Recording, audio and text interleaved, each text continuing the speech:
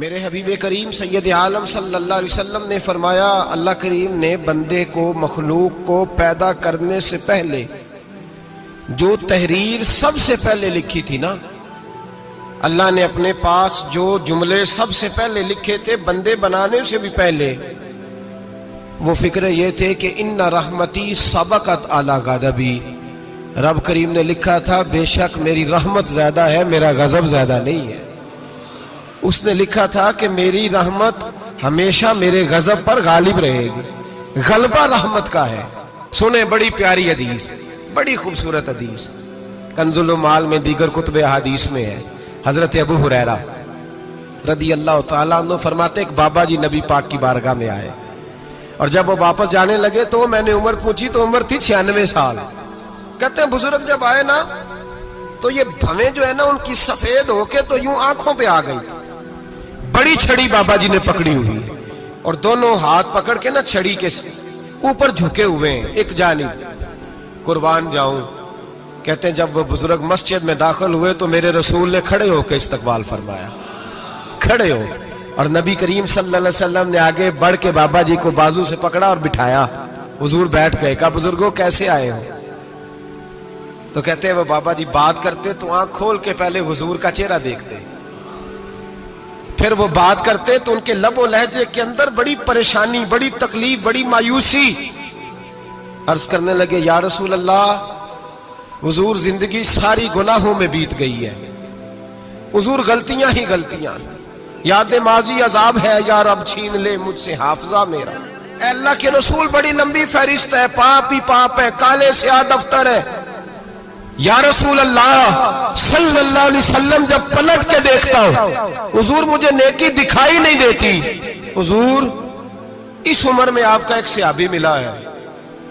اس نے بات سمجھائی ہے تو تھوڑا خیال آیا ہے، لیکن یا رسول اللہ صلی اللہ علیہ وسلم اب میرا وجود بیکار ہو گیا ہے، حضور بوڑھا ہو گیا ہوں۔ تین باتیں کہیں بزرگوں نے اور نرالی کہیں، کہنے لگے یا رسول اللہ صلی اللہ علیہ وسلم، حضور اب تو میری کمر بھی سیدھی نہیں ہوتی کہ میں نماز ہی صحیح ادا کر سکوں، بوڑھا ہو گیا ہوں۔ یا رسول اللہ صلی اللہ علیہ وسلم اب میرے اندر طاقت نہیں کہ میں محنت مزدوری کر کے صدقے اور خیرات دے سکوں۔ یا رسول اللہ صلی اللہ علیہ وسلم اب میں تلوار لے کے جہاد بھی نہیں کر سکتا، حضور نہ میں لمبی نمازیں پڑھ سکتا ہوں، آقا نہ میں صدقات و خیرات دے سکتا ہوں، محبوبہ نہ میں دین کے لیے کوئی جہاد کر سکتا ہوں، بیکار وجود ہے، بیکار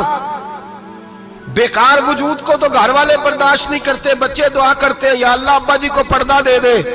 اماں کو پردہ دے دے، بیکار ہو گیا ہوں اور آج آیا ہوں تو مجھ بیکار کو میرا رب قبول کر لے گا؟